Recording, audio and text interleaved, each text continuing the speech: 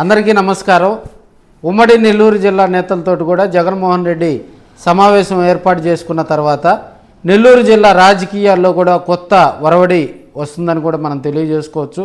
అదేవిధంగా మెయిన్గా జగన్మోహన్ రెడ్డి గారు ఎక్కడైతే ఫస్ట్ ప్రయారిటీ ఖాళీగా ఉన్నటువంటి నియోజకవర్గాల్లో సమన్వయకర్తలను నియమించేందుకు కూడా అక్కడ ఉన్నటువంటి నియోజకవర్గంలో ఉన్నటువంటి వైసీపీకి సంబంధించినటువంటి ఎంపీపీలు, జడ్పీటీసీలు, అదేవిధంగా ద్వితీయ శ్రేణి లీడర్స్ తోటి కూడా ఆయన మాట్లాడటం జరిగింది.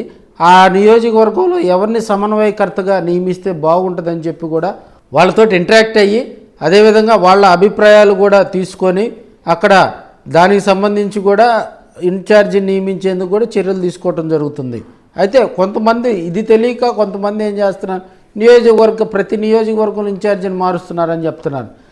ఫస్ట్ ప్రయారిటీ ఖాళీగా ఉన్న నియోజకవర్గాల్లో ఇన్ఛార్జీలను నియమించడానికి చర్యలు తీసుకోవటం జరుగుతుంది.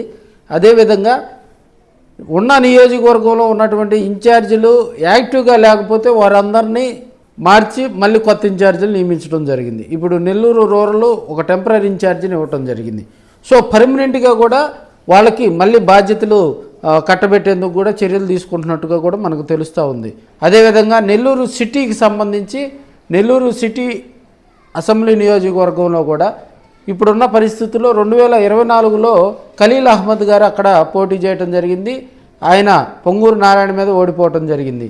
సో అక్కడ ఉన్నటువంటి పరిస్థితుల దృష్ట్యా కూడా పర్వతిరెడ్డి చంద్రశేఖర్ రెడ్డి గారు ఎమ్మెల్సీగా ఉన్నటువంటి ఆయన యాక్టివ్గా కూడా నెల్లూరు సిటీ అసెంబ్లీ కాన్స్టిట్యున్సీలో కార్యక్రమాలు చేసుకుంటూ వెళ్తూ ఉన్నారు. మొన్న విద్యుత్ పోరుబాటు కూడా గ్రాండ్గా కూడా వాళ్ళు జరిపినట్టుగా కూడా మనకి అన్ని పత్రికల్లో ఛానల్స్లో కూడా రావడం జరిగింది. సో ఇప్పుడున్న పరిస్థితుల్లో కూడా అనిల్ కుమార్ యాదవ్ గారు కూడా కొన్ని కార్యక్రమాల్లో పార్టిసిపేట్ చేసినా కూడా ఆయన 2024 ఎన్నికల్లో ఆయన్ను పార్లమెంటుకు పంపించేందుకు కూడా జగన్మోహన్ రెడ్డి చర్యలు తీసుకోవడంతో ఇప్పుడున్న పరిస్థితికి సంబంధించి ఆయన పర్వతిరెడ్డి చంద్రశేఖర్ రెడ్డి వైపు మొగ్గు చూపుతున్నట్టుగా కూడా తెలుస్తుంది. కొంతమంది కూడా అలాంటి లీడర్ కనుక ఉంటే యాక్టివ్గా బాగుంటుందని చెప్పి కూడా సిఫార్సులు పంపినట్టుగా కూడా తెలుస్తుంది.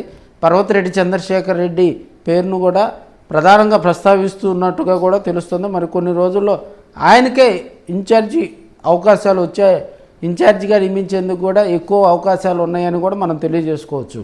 2009 నుంచి 2024 కనుక మనం పరిశీలించినట్లయితే 2009లో కూడా అనిల్ కుమార్ యాదవ్ గారు పోటీ చేయడం జరిగింది. కేవలం 90 ఓట్ల తేడాతోటి కూడా పీఆర్పీ అప్పట్లో కొత్తగా ప్రజారాజ్యం పార్టీ రావటం, కృష్ణారెడ్డి గారు అక్కడ పోటీ చేసి ఆయన గెలుపొందడం జరిగింది.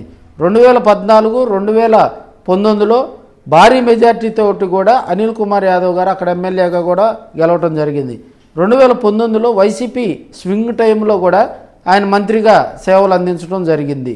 2024కి వచ్చేసరికి అక్కడ ముస్లింలకి సీటు కేటాయిస్తూ కూడా అనిల్ కుమార్ యాదవ్ గారిని పార్లమెంటుకు పంపించేందుకు జగన్మోహన్ రెడ్డి గారు చర్యలు తీసుకొని ఆయనకు పార్లమెంటు సీటు కేటాయిస్తూ కూడా ఆయన చర్యలు తీసుకోవటం జరిగింది.